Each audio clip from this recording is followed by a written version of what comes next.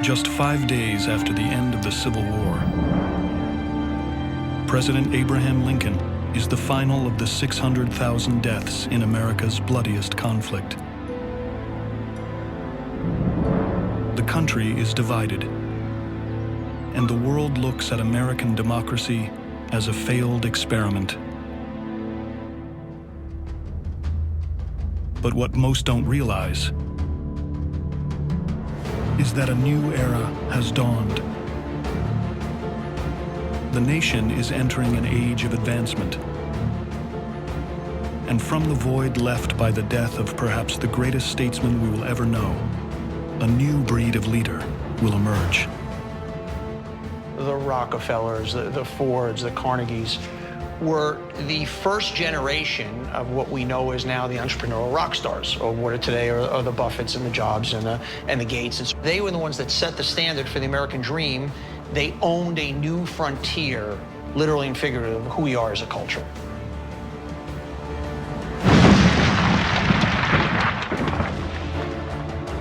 Men of insight, innovation, and ingenuity, the likes of which the world has never seen. And over the next 5 decades, this small group will change history, propelling the United States of America to greatness. These were great men with a vision that nobody else had. And that's why in the last century, that 50-year period, we built the world.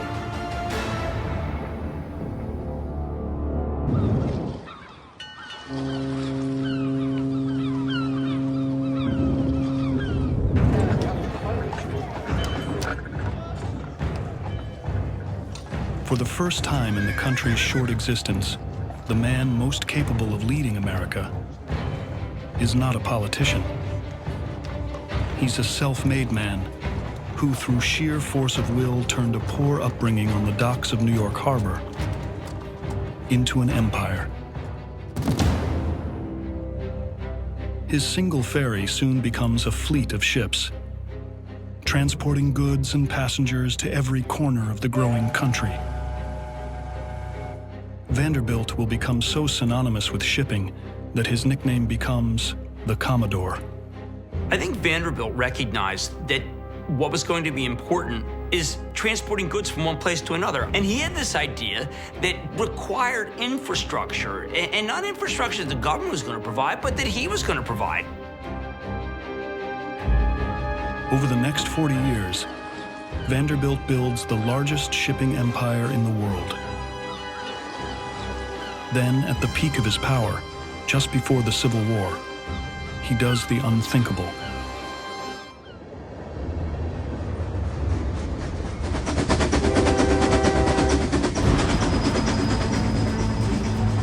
Work is underway on the first transcontinental railroad, and the Commodore realizes that its completion will transform America, slashing cross-country travel time by months. Railroads were absolutely liberating because the railroads allowed cheap and efficient transportation from one corner of America to another. Vanderbilt sees his future. He sells all of his ships and invests everything he has in railroads. You talk about seeing around corners as an element of success. That's what differentiates the good leader. Not many people have it. Not many people can predict that corner. That is a characteristic of great leaders.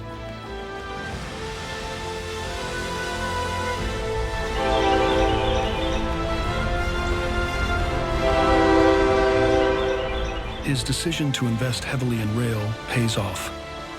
By the end of the war, Vanderbilt is the richest man in America, with a net worth of over $68 million, the equivalent of $75 billion today. But all that money can't buy his escape from the war's devastation.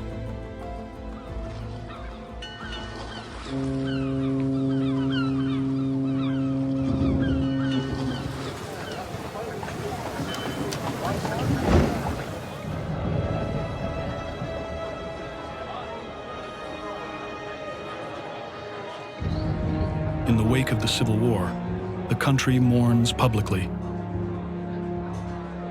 while Vanderbilt does so privately.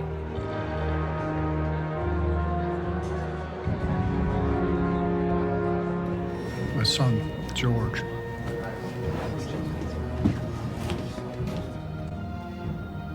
He died in the war.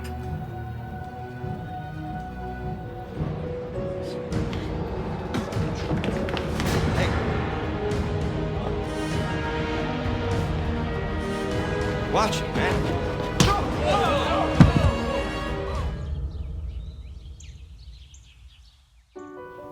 For Vanderbilt, this is a great tragedy. He had one son who had that same sense of physical strength and ability, and he had died when he was still quite young. It was deeply troubling for the Commodore. For years, Vanderbilt groomed George to take over the family business.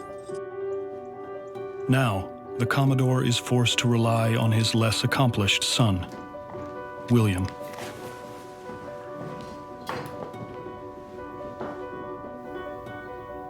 I'm making you operations director of the Hudson Railroad.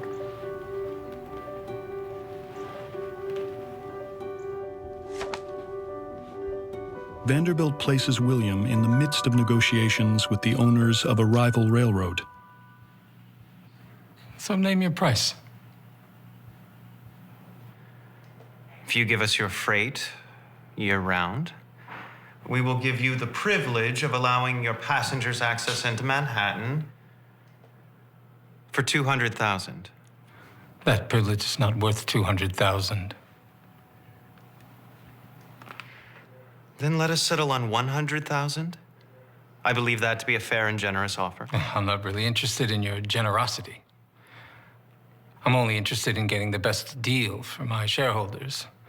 And that does not include handing over $100,000 or even $1. My father wants only what he believes is right. The trouble is, your father doesn't know what is right. The old man should be put out to pasture.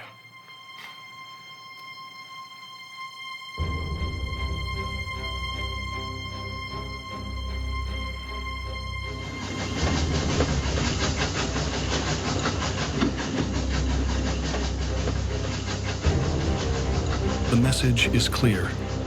The competition no longer sees Vanderbilt as a man to fear.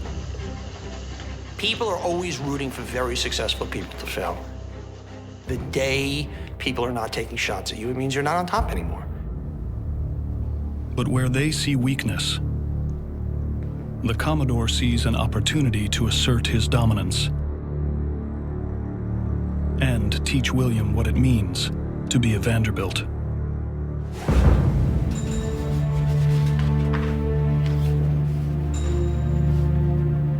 If they want a war, I'll give them a war.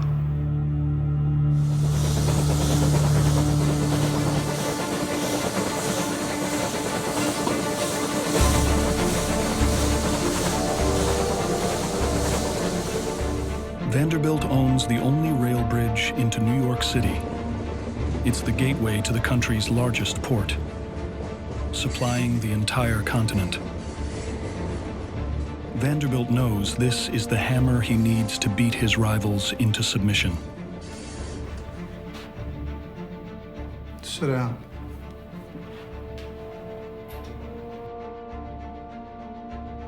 I want you to close the Albany Bridge.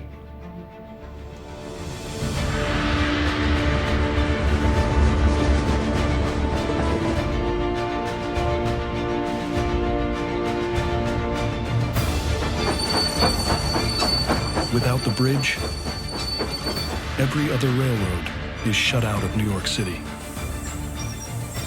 Vanderbilt, in essence, single-handedly erected a blockade around the nation's largest city, cutting it off from contact with the rest of the country. He was now asserting his dominance. Ladies and gentlemen, this train will not be going any farther. We're gonna watch them bleed.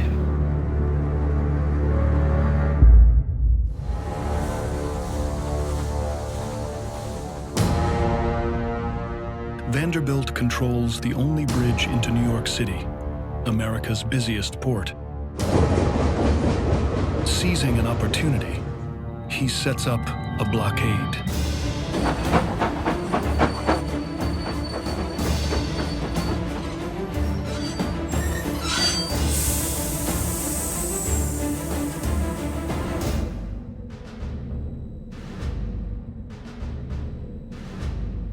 This train will not be going any farther.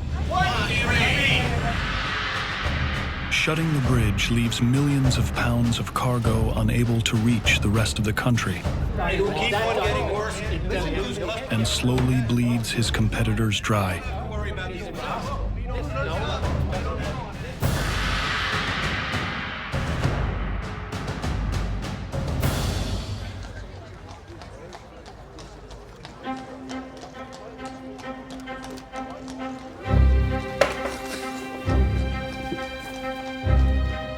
Before their stock is worthless, the presidents of the rival railroad try to sell all their shares.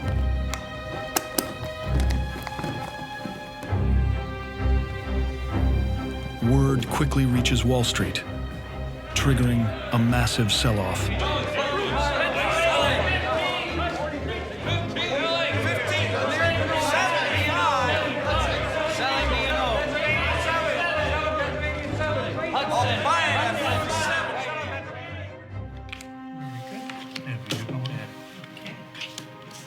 Some money in there.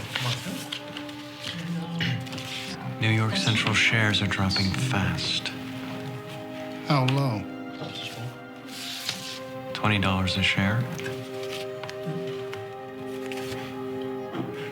Buy everything you can.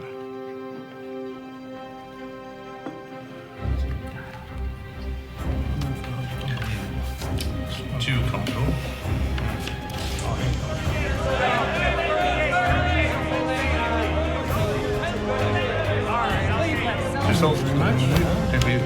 Just for one.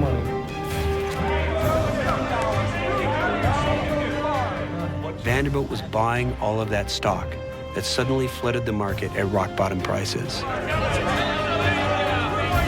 aces. In just days, Vanderbilt takes control of the rival railroad, creating the largest single rail company in America.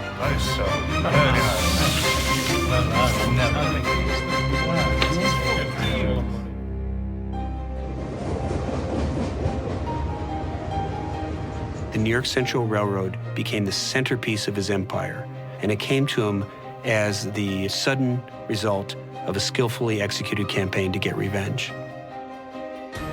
Railroads soon crisscross America, tying together the country in a way that just 15 years earlier was unimaginable, and providing over 180,000 jobs. Laying tracks becomes America's engine for unprecedented growth.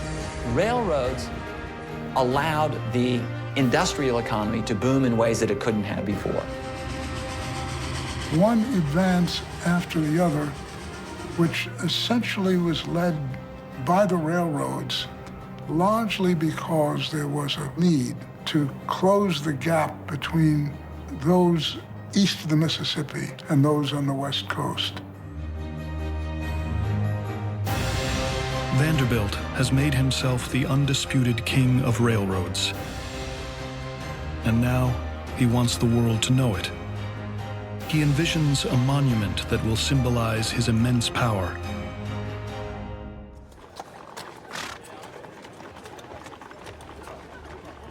Work will begin on building a new station that will bring together the three railroads, the Harlem, the Hudson, and the Central.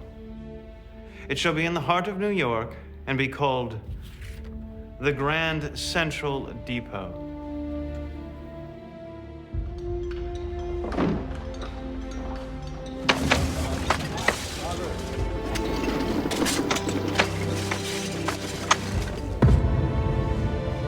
Thousands of workers labor over the next 2 years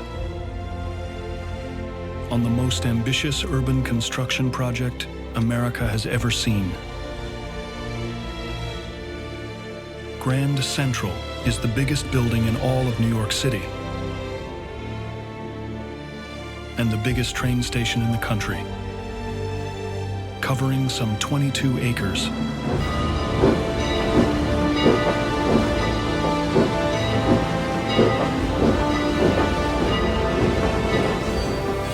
This enormous building towered over every other building in New York at the time. And it was a physical symbol of the size and power of Vanderbilt's railroad empire. Its importance as a physical symbol, as a physical capital of his empire, cannot be underestimated. And it still stamps New York's geography to this day.